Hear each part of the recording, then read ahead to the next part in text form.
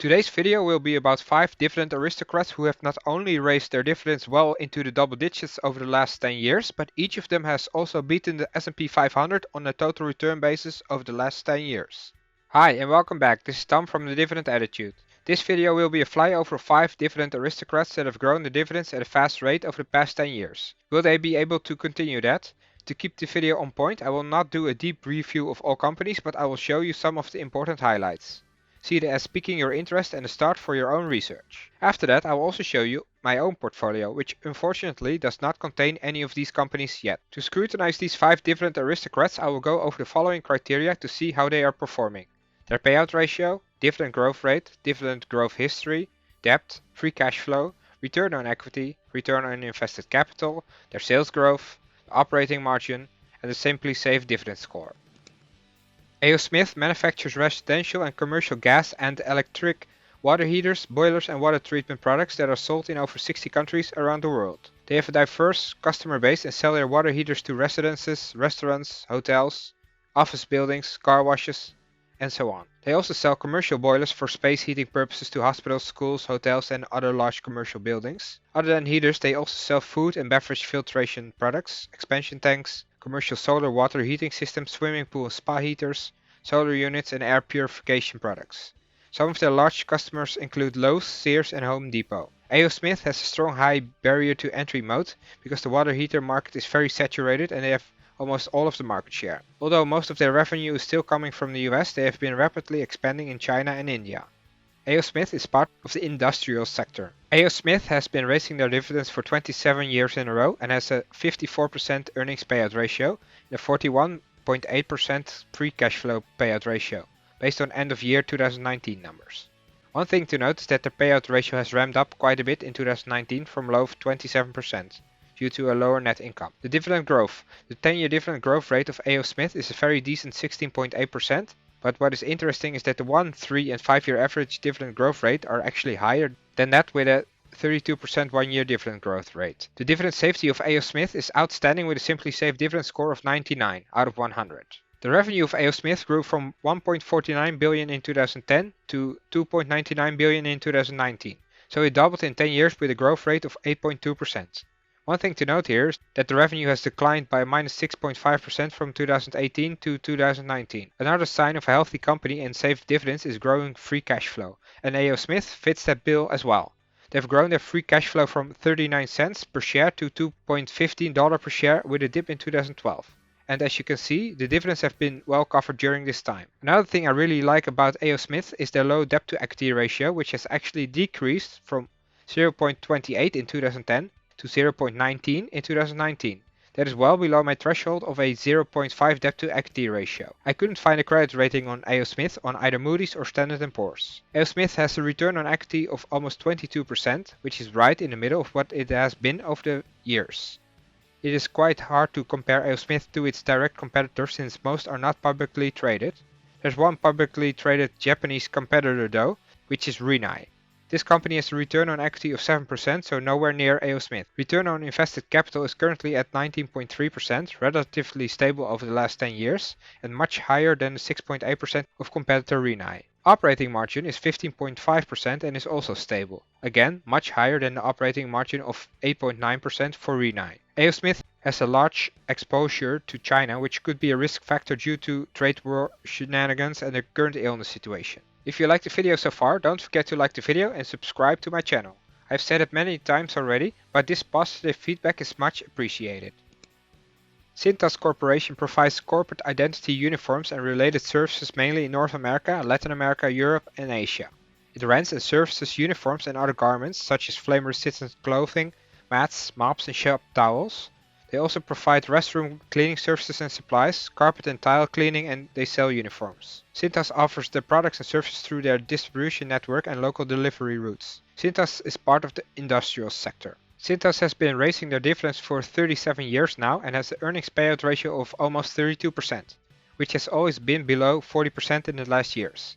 Their free cash flow payout ratio is 32.7%, so both are very safe payout ratios and leave plenty of room to keep growing their dividends. With a 10-year dividend growth rate of 18.57%, Cintas also has a high dividend growth rate As with AOS, the 1 and 3 year dividend growth rate are actually higher at around 24%. Looking at the dividend rate trend, SeekingAlpha is showing a nice uptrend. I'm not quite sure why it is showing a spike in 2010 because I can't find any evidence for that in annual reports. With a simply safe dividend score of 97, Cintas is also considered very safe. Cintas had a revenue stream of 3.5 billion in 2010 and 6.9 billion revenue in 2019, resulting in a 7.8% revenue growth rate over those 10 years. Morningstar doesn't show a free cash flow per share rate for 2010, but in 2019 the free cash flow per share stands at 6.27, as you can see in the graph, properly covering the dividends. The debt to equity has risen from 0.31 in 2010 to 0.85 in 2019. A trend I'm not too fond of, but it is a trend seen with many companies due to the low interest rate environment. Again, I could not find a credit rating for Cintas. The return on equity of Cintas stands at 29% and has been steadily increasing over the last 10 years. Compared to competitors like Aramark with 14.1% and UniFirst with 11.5%, their return on equity is very high. The same applies to the return on invested capital, which stands at 16.3% and is higher than the 7 and 12% of Aramark and UniFirst. The operating margin is 16.7% for Cintas and is the highest it has been in the last 10 years. This is much higher than the 4.5% margin of Aramark and a tad higher than the 12.8% of UniFirst. One thing to note for Cintas is that it pays out annual dividends instead of quarterly. This is probably one of the more well-known companies in this list. Lowe operates as a home improvement retailer in the US, Canada and Mexico. They provide a wide array of home improvement products in their 1977 stores and through their websites. Lowe has been raising their dividend for 58 years in a row now and are thus a dividend king. The current payout ratio based on earnings stands at 33% and based on free cash flow of fiscal year 2020 it stands at 74.5%. This is a sharp increase, but looking at the cash flow statement, the balance sheet and the annual report, this can be very well explained. The cash flow statement shows a negative change in working capital, which means the liabilities have increased more than the assets. And the liabilities have increased more because of an increased long-term debt, but mostly because of the capital leases showing up as a liability on the balance sheet. And that has to do with the fact that they are winding down their operations in Mexico, so buying off their rental leases, due to underperformance. So good for the long-term health of the company. Lowe has a 10-year dividend growth rate of 19.4%, but the growth rate has slowed a bit in recent years, although it is still well into the mid-teens at 15%. As we are used by now, Lowe also shows a very nice dividend uptrend. With a dividend safety score of 93, Lowe is also considered very safe. The free cash flow payout ratio would be a concern, but as we have seen, that seems to be temporary. With a revenue of 48.8 billion in 2011 and 72.2 billion in 2020, their annual revenue growth rate is 4.5%. This is quite a huge gap with the dividend growth rate and could be a reason for concern. The free cash flow went from 1.8 per share in 2011 to 2.86 per share in 2020. But as explained before, this has to do with the change in working capital, which had quite an impact on their operating cash flow, thus trickling down to the free cash flow. Looking at the free cash flow of the first quarter of fiscal year 2021, the free cash flow seems to be back on track. The debt to equity ratio went up a lot from 0.36 to 10.5 in 2020. The debt to equity has been going up, but the spike in 2020 again has to do with the capital leases that were recorded as a liability. This caused the shareholders' equity to come down and thus the debt to equity ratio to go up. The return on equity, which was 152%, also had a huge spike in 2020 due to the fact that the shareholders' equity went down. So this is an outlier year and it is better to take the return on equity of 2019, 48.5% for comparison. I would compare the return on equity to its closest competitor Home Depot, but since they have a negative equity, which would result in a negative return on equity, we cannot really compare here. The return on invested capital stands at 21% and is the highest in 10 years. Again, we cannot compare this to their closest competitor Home Depot because no return on invested capital is showing there. The operating margin of 8.8% is in the same range as the previous years, but it's quite a bit lower than the 14.4% of Home Depot. A low operating margin is a risk factor since it leaves very little room for expenses to go up. Sherwin Williams develops, manufactures, distributes and sells paints and coating. It operates in three segments: the Americas Group, Consumer Brands Group and Performance Coatings Group. The company operates primarily in North and South America, the Caribbean, Europe, Asia and Australia. Sherwin Williams operates approximately 4,900 stores and facilities. Sherwin Williams is part of the materials sector. The Sherwin Williams company has been raising their dividends for 42 years now and has an earnings payout ratio of 27% and a free cash flow payout ratio of 22.7%. So both are very low and leave ample room to grow the dividends. Sherwin Williams has 10-year dividend growth rate of 12.28% but a 1-year growth rate of 31.4%. Simply Safe dividend score stands at 87 and has mainly to do with their higher debt load. The 10-year revenue growth of Sherwin Williams is near double digits with a 9.94% growth rate based on revenue of 7.78 billion in 2010 and 17.9 in 2019. The company has an astonishing free cash flow generation with 5.34 per share in 2010 and 19.89 per share in 2019. And looking at the graph, it is covering the dividends very well. One thing I do not like as much about Sherwin Williams is their increase in debt to equity in 2017. Their long-term debt has increased significantly due to the acquisition of Valspar Corporation. They have since been paying down their debt though, resulting in a decreasing long-term debt. Over a 10-year time span, the debt to equity increased from 0.47 to 2.28. The credit rating stands at Baa3, which is the lowest credit rating that is still investment grade. So according to Moody's, there's some credit risk. The return on equity stands at 39.3% and is right around average if we leave out the outliers in the 2014-2016 period. It is more than double the return on equity compared to a competitor like Air Products and Chemicals, APD. The return on invested capital is almost 13% in 2019 and is on the lowest end of the 10-year trend. So this is definitely something to keep an eye on, because it could mean they have lost their touch a little in terms of investing their capital into high growth projects. It is quite similar to the return on invested capital of APD though. The operating margin of 13.5% is on the high end of their 10-year average, so that is looking good. Compared to the 24.3% of APD is on the low side though. Stryker is a medical tech company and operates in 3 segments: orthopedics, med-surg and neurotechnology and spine.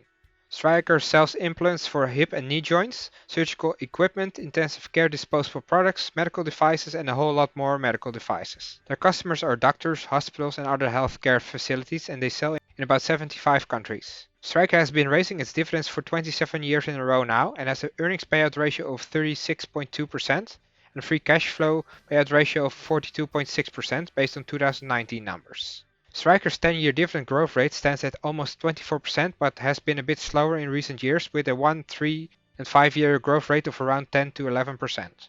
The Simply Safe dividend score of Stryker is 60 and is by far the lowest in this group. This is due to uncertainty surrounding the illness. Due to that, non-essential medical procedures were put off, which could have an impact on the sales of Stryker. Analysts on average are expecting an EPS of 0.57, but the low and high estimates are all over the place. With a 7.3 billion revenue stream in 2010 and a 14.9 revenue stream in 2019, they grew their revenue by 8.27% in a nice staircase fashion. The free cash flow per share went from 3.42 in 2010 to 5 in 2019, with a few dips in between.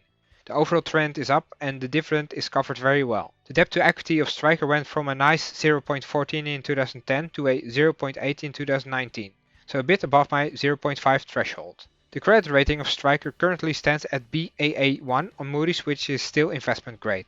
The return on equity was at almost 70% in 2019, which is around average for the last 10 years. Compared to competitors like Medtronic at 9.2% and Zimmer Biomet Holdings at 9.6%, it is almost double, so looking good there. The return on invested capital at 9.2% is also higher than 7.8% of Medtronic and 6.4% of Zimmer. But the return on invested capital has been lower compared to its own historical rate. The operating margin of 19.5% has also been around the average over the last 10 years. It is lower than the 21.7% margin of Medtronic, but higher than the 15.9% of Zimmer. Will they be able to keep raising their dividends at this rate? This, of course, is a very tough guess, especially in the current market environment. Merely looking at payout ratios and ability to generate sufficient cash flow, I would say all companies will be able to weather this storm, maybe not with as high a dividend growth rate in this year, but I certainly do not expect any dividend cuts. The highest risk would be probably Stryker, but that remains to be seen when they report earnings at the end of July. I kept the number of companies to 5 to stay on point, but some other dividend aristocrats with high dividend growth rates you might want to look at are these 4: CSL, HRL, ROP and T Rowe. My portfolio in Big Bang contains 8 dividend growth stocks and CVS, which has frozen its dividend raises for now. The value of my portfolio in Bing now stands at €7,047 for a 14.6 and a 1,205 euro loss in 2020 so far. Since the start in 2017, the portfolio is up 26.85% excluding dividends, which is a gap of 4% compared to the S&P 500 mini future benchmark. Despite the current environment, all my holdings in Bing Bank have paid out their dividends like clockwork, which is really the beauty of dividend growth investing. In the Giro, my portfolio stands at 1,209, and both 3M and SKT are about in the same place as last week. For SKT, it will be interesting to see what their numbers look like for this quarter, which is expected to be published at the end of July.